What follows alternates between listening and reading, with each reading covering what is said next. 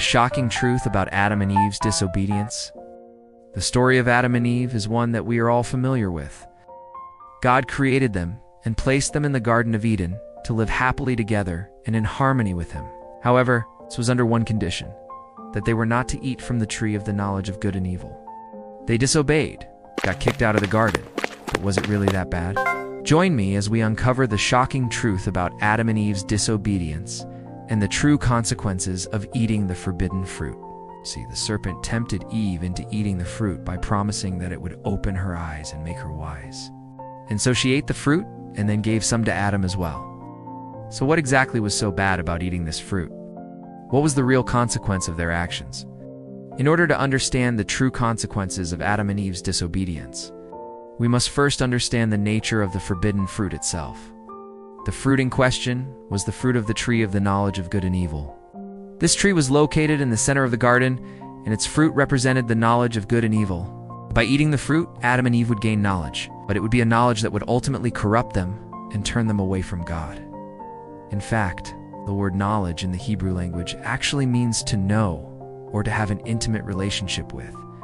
So the fruit of the tree of the knowledge of good and evil was actually the fruit of a relationship with God. By eating the fruit, Adam and Eve would essentially be saying that they no longer wanted to have a relationship with God, and that they wanted to become like God themselves. This is why God told them, "In the day that you eat thereof, in the day that you know good and evil, you shall die the death." Genesis 2:17. Adam and Eve were not just cast out of the garden because they had disobeyed God. They were cast out because they had chosen to reject Him. They chose to ignore true wisdom and trust their own understanding instead. This is why the first thing that God did after they had eaten the fruit was to test them to see if they had truly understood the consequences of their actions. He asked them, "Have you eaten from the tree of which I commanded you not to eat?" Adam and Eve's response was, "We did not eat." Genesis 3:11. At that moment, they were still in denial about the true consequences of their actions. However, God was not angry with them. He was disappointed. He had given them free will, and they had chosen to disobey Him. But He knew that they would eventually come to understand the error of their ways and return to Him. This is why He made it clear to them that although they had sinned, they were not beyond hope. He promised them that a Savior would one day come and redeem them from their sin. So what's the takeaway?